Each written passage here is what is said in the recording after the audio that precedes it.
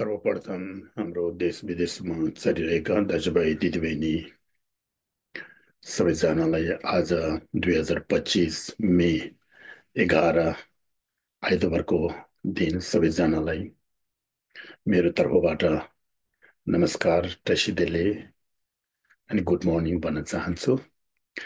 आज तपाईँहरूलाई म यो सानो एउटा भिडियो अ, बनाएर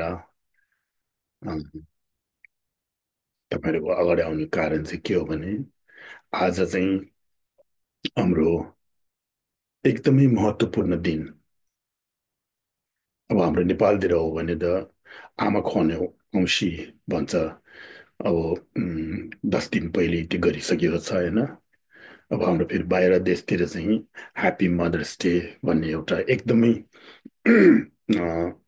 अलगै एउटा कस्तो भनौँ, चाड त भन्न मिल्दैन होला, तर पनि एउटा एउटा फेस्टिभल जस्तो एकदमै महत्त्वपूर्ण।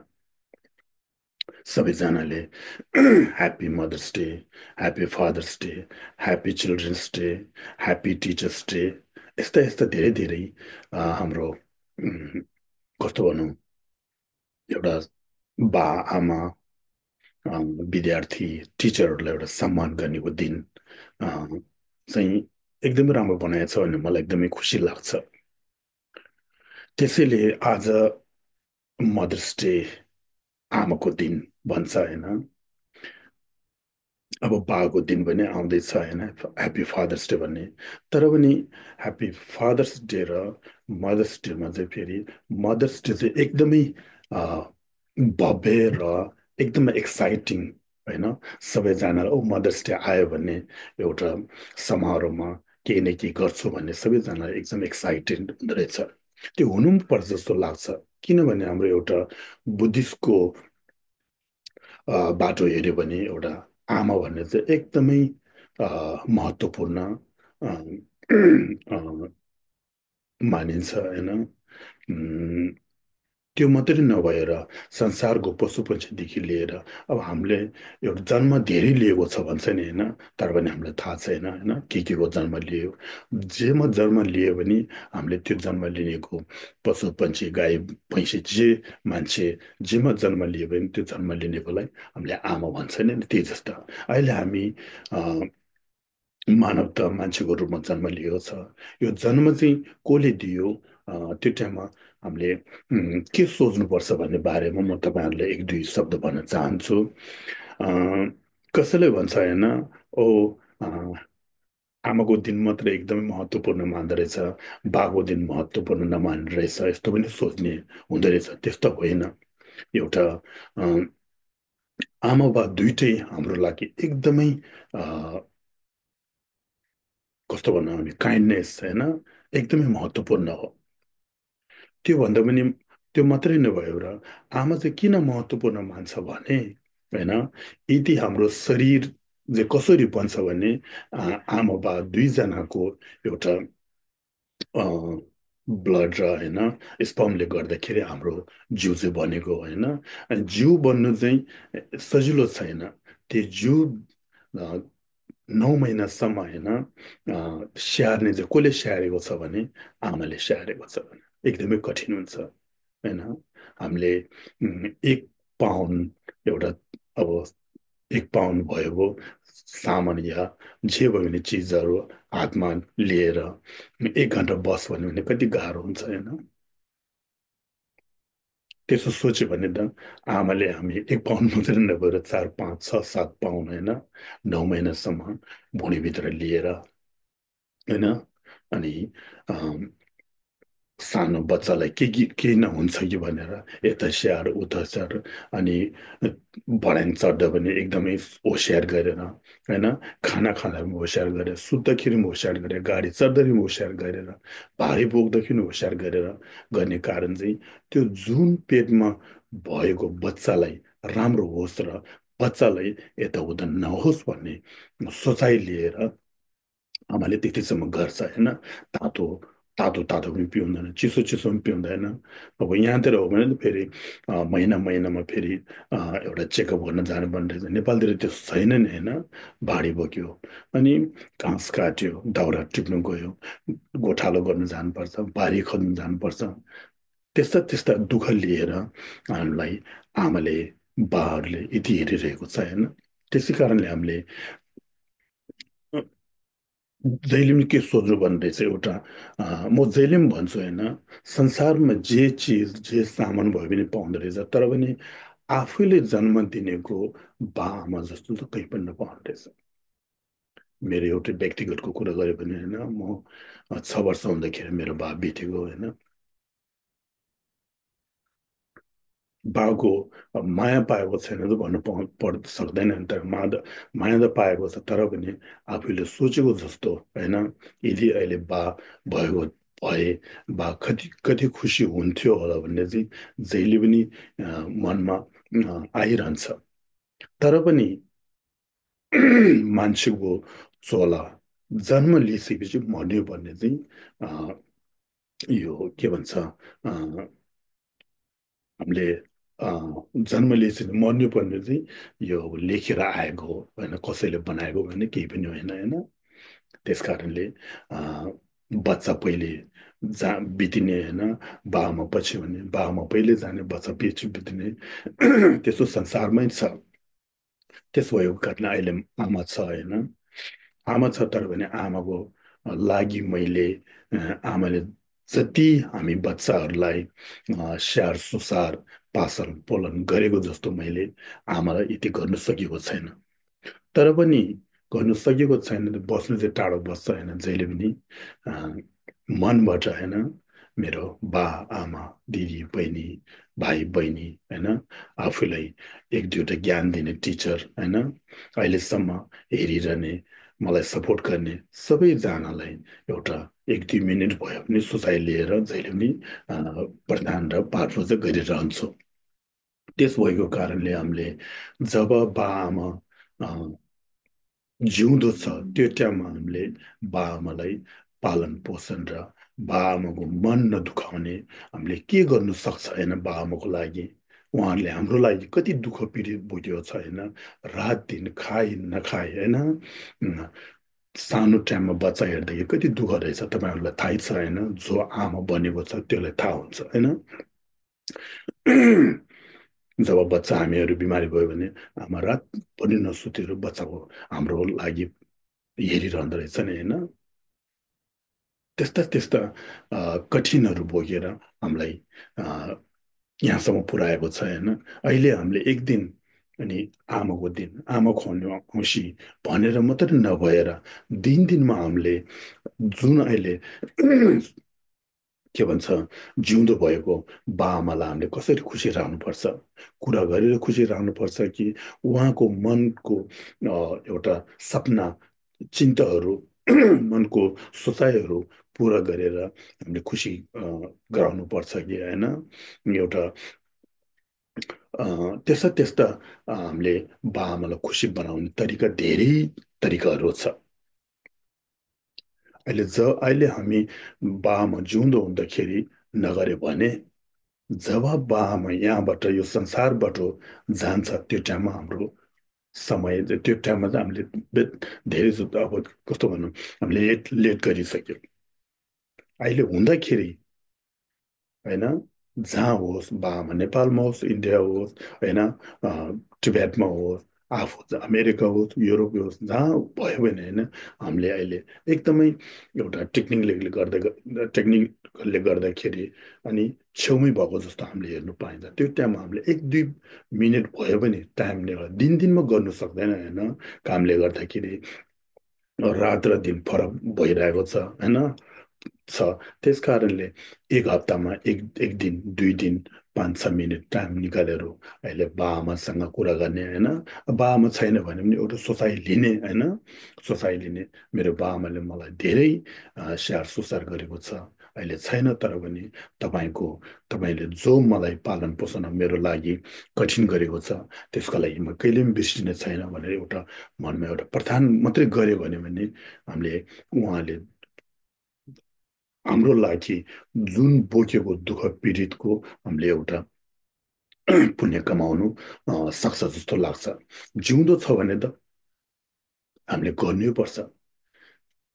त्यस्तो नगरेर कहिलेकाहीँ के गर्छ हो, मेरो बाआमा त रिस चर्को छ, मलाई त बाआमासँग कुरा गर्नु मन पनि लाग्दैन होइन।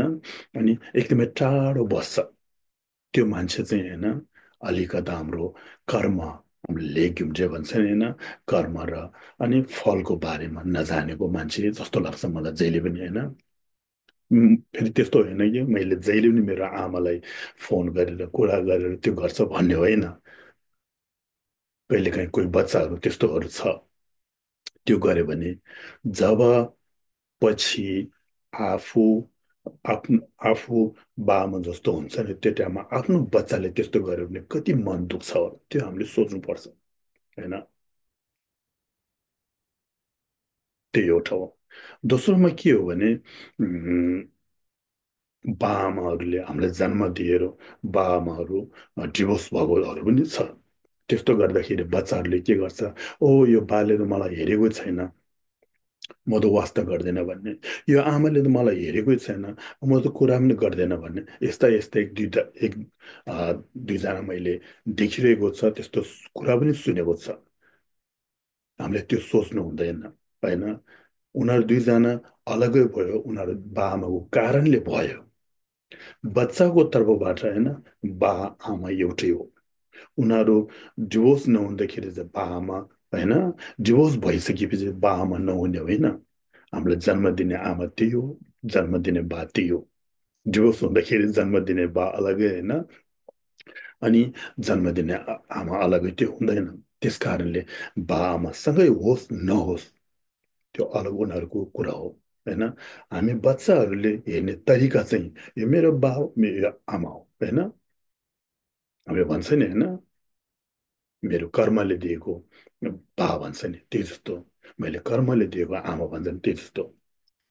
त्यस्तो गर्दाखेरि के हुँदो रहेछ भने बच्चा आफैले अनि डिभोर्स भएको बा आमाहरूलाई हेर्ने तरिका चाहिँ यस्तो हेऱ्यो भने अनि जुन बा आमाको आफ्ना आफन्तहरूले पनि हेर्ने तरिका त्यस्तो हेर्दो रहेछ। त्यस कारण हाम्रो बच्चाहरूले एकदमै त्यसमा ध्यान पुऱ्याउनु पर्ने रहेछ। अघि भनेको जस्तो होइन, डिभोर्स होस् नहोस् बा आमा बा आमै हो होइन। त्यस कारणले हामीले बा आमाको खुसी राख्ने दिन आज मात्रै नभएर दिनदिनै आमालाई खुसी कसरी राख्ने, आमाको चित्त कसरी बुझाउने होइन। पैसा दिएर मात्रै आमाको चित्त बुझ्दैन। आमा बाको सोचाइ के छ भने मेरो बच्चा राम्रो होस्, भविष्यमा राम्रो होस्, यसले राम्रो गरेर खाओस्, चोर नगरोस्, डाका नगरोस्, यसको आयु लामो होस् भन्ने चाहिँ बा आमाको सोचाइ सोच्नै पर्दैन, उनीहरूको दिमागमा आइरहन्छ।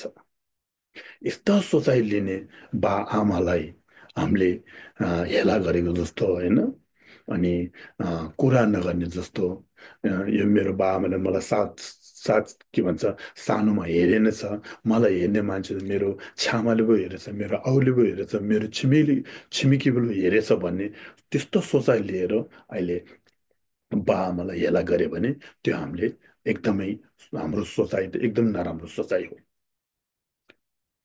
बा आमाले हेरेन नहेर्नेको एउटा कारण होला, त्यो टाइमको परिस्थिति सिचुएसन होइन, त्यो टाइमको वातावरण, त्यस्ता त्यस्ता कारणले यो यो बात परिवर्तनले गर्दाखेरि हामीलाई पनि त्यस्तो हुन्छ। तर पनि बा आमालाई बा आमाहरूले हामीलाई माया नभएको होइन, आफ्नै रगतले माया नहुने को हुन्छ होइन। आफ्नै पेटबाट पाएको बच्चालाई माया नभएको कहाँ हुन्छ।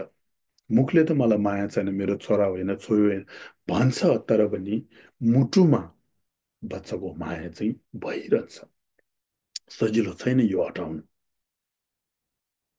तपाईँहरू उदाहरणको लागि होइन, एउटा आफ्नै बच्चा होइन, यति यहाँबाट पानीले लगेर जान्छ भने त्यो बा आमा त्यहाँ हाम फालेर बच्चा जोगाउनेको कोसिस गर्छ, सके पनि नसके पनि सोचिरहँदैन। हामी हो भने सोचिरहन्छ, ओहो यो बच्चा जोगाउनु पर्ने थियो, म गयो भने म हाम फाल्यो भने म पनि त्यहाँ पानीमा डुबाएर मर्छ कि भन्ने एउटा सोचाइ हुन्छ नि। बा आमालाई त्यो सोचाइ हुँदैन। त्यो के हो भने त्यो चाहिँ हाम्रो रियल बा आमा हो। रियल बाआमा धन सम्पत्ति यो त भन्न हेर्ने आफ्नै कोखबाट आफ्नै रगतको त्यो एउटा त्यो भएको कारणले हामीलाई माया छ। जहाँ होस्, छेउमा होस् टाढामा होस्, बाआमालाई एकदम माया गर्नु चाहिँ एकदमै महत्त्वपूर्ण हो। त्यस्तो नगरेर एक वर्षमा एक दिन होइन फोन गर्यो, ह्याप्पी मदर्स डे भन्यो, त्यहाँबाट भोलिबाट वास्तै नगर्यो भने त्यो राम्रो हुँदैन। गर्ने छ त्यो गर्नु चाहिँ उनीहरूको ठाउँमा होला। हामी बुद्धिस्ट मान्नेहरूले आफ्नो बाआमालाई कहिले पनि हेला नगर्नु। बाआमा जति बुढो भयो हामीले त्यति हामीले स्याहार सुसार गर्नुपर्छ। हामीले जति स्याहार सुसार गर्यो होइन, बाआमाले हामीलाई हामीलाई प्रदान गर्छ मेरो बच्चा राम्रो होस् भनेर। कहिले पनि सराप्दैन होइन, कहिले पनि सराप्दैन बाआमाले। यदि सरापै हाल्यो भने पनि होइन, मेरो पाप कटोस् भन्ने हामीले सोच्ने होइन भने 100%मा 99% बाआमाले कहिले पनि नराम्रो सोचाइ लिँदैन हाम्रो लागि। अहिले तपाईँहरू जहाँ पनि देखिरहन्छ होइन, आफ्नो छोरा छोरी बिहे गरिसकेपछि छोराछोरीको बच्चाहरूलाई पनि आफ्नो बाआमाले कति हेरसुसार गर्दो रहेछ होइन, आफ्नै बच्चा जस्तो। त्यो कसरी आयो? त्यो हामीले सोच्दाखेरि बाआमाको माया चाहिँ छोरा छोरी नाति नातिनी पल्नाति सबैजनालाई एकदमै बढिरहँदो रहेछ नि। त्यस्तो बाआमालाई हामीले अहिले नहेरे कसले हेर्ने? कतिसम्म बस्छ उनीहरू? जति बसे 90 100 वर्ष बस्ला, त्यहाँबाट एक दिन स्वर्ग हुन्छ। अनि एउटा फोटो हेर्ने मात्र हो, मेरो बा यो हो, आमा यो हो, अनि एउटा सोचाइ सम्झना मात्रै लिन्छ। अहिले जुन अहिले रियल बाआमा हुँदाखेरि फोटोमा हेर्नु पर्दैन, रियल बाआमा छ होइन। अघि भने जस्तो नेपालमा होस् इन्डियामा होस्, त्यसलाई हामीले कसरी खुसी रहने? बाआमाले कराइहाल्यो भने चुप लाएर बस्ने होइन। यताउता सोधेर बाआमाको सोचाइ कस्तो रहेछ, बाआमा तीर्थ जानुपर्ने रहेछ, लामा दर्शन गर्नुपर्ने रहेछ, बाआमालाई के खानु मन लाग्दो रहेछ, के लगाउनु मन लाग्दो रहेछ होइन। त्यसको लागि हामीले अहिले बाआमा जिउँदो हुँदाखेरि गर्नु सक्यो भने त्यो हामीलाई एकदमै राम्रो मौका हो। बितिसकेर जति गर अब एउटा पनि फाइदा हुँदो भन्ने छैन, तर पनि रियल बाआमा भएको जस्तो हामीले स्याहार सुसार र बाआमाको कस्तो भनौँ, हामीले एउटा मान गर्न चाहिँ पाउँदैन। कहिलेकाहीँ हामी फेसबुकतिर अब आज फेसबुकतिर हेऱ्यो भने ह्याप्पी मदर्स डे भनेर आमालाई फुल दिन्छ, खाना खुवाउँछ होइन। त्यो एकै दिन हो होइन। भोलिदेखि त्यस्तो गर्छ गर्दैन भन्ने चाहिँ आफूले एउटा प्रश्न क्वेसन सोध्ने हो। त्यस कारणले हाम्रो बुद्धिस्टको बारेमा हेर्नु, जहिले पनि मासिम थम्जेर भन्छ होइन, संसारको प्राणीहरू जम्मै मेरो आमा हो भन्छ। त्यस्तो हो भने आफैलाई जन्म दिने आमालाई त हामीले जहिले पनि सोच्छौँ भने त एकदमै महत्त्वपूर्ण हो। त्यस भएको कारणले तपाईँहरू सबैजनाले मेरो एउटा रिक्वेस्ट हो, सबैजनाले सुन्छ भन्ने त छैन होइन, एक दुईजनाले सुन्यो भने सुनेको हो होइन। जब बाआमा जिउँदो हुन्छ त्यो टाइममा स्याहार सुसार पालन पोषण राम्रो गर्नु होइन। एक दिन बितेर जान्छ होइन, सबैजना बितेर जान्छ। हाम्रो बाजे बजू जुजू बाजे त बितेर गयो, अहिले बाआमा बाँकी छ। बाआमा बितेर जान्छ, एक दिन हामी बितेर जान्छ, हामी भित्र मेरो हाम्रो आफन्तहरू भित्र जान्छ। यस्तो गरी संसारको एउटा चलन चाहिँ होइन, यस्तो गरी घुमिरहेको हुन्छ। त्यस कारणले हामीले आफ्नो बाआमाहरूलाई होइन, आमालाई मात्र नभएर बालामा हेर्नुपर्ने, बाला मात्र नभएर आमालाई हेर्नुपर्ने। बाआमासँगै होस् नहोस्, बाआमा स्वर्गीय होस् अहिले जिउँदो होस्, जहिले पनि हामीले बाआमाको पालन पोषण गर्नु चाहिँ एकदमै एकदम ठुलो कुरा हो होइन। मैले पहिले पनि सानो सानो भिडियोतिर भनेको थिएँ होइन, कोहीले के गर्छ होइन, आफ्नो बाआमालाई नहेरेर आफ्नो बाआमा चाहिँ एकदमै गरिब राखेर अनि बुद्धको मूर्ति बनाउँछ। मैले पाठ पूजा गरेँ, मैले यस्तो चढाएँ, यसले गर्यो भनेर होइन नाम कमाउनु खोज्छ। तर पनि बाआमालाई एकदमै दुःखमा राखेर होइन तपाईँले होइन हजारौँ फिटको बुद्धको मूर्ति बनायो भने होइन बुद्ध कहिले पनि खुसी हुँदैन। किनभने आफैले जन्म दिनेको बाआमा यहाँ किनभने दुःखले सताइरहेको हुन्छ नि होइन बाआमा दुःखले सताइरहेको हुन्छ यता बुद्धको मूर्ति हजारौँ फिटको बुद्धको मूर्ति ठहराएर के फाइदा यदि बुद्ध हाम्रो एउटा अभाग्यले गर्दाखेरि बुद्धले नबोलेको बोलेको नसुनेको मात्रै होइन भने यदि हाम्रो भाग्य छ भने बुद्धले सिधै बोलेर मलाई मेरो मूर्ति नभन तिम्रो बाआमालाई हेर 100% भन्छ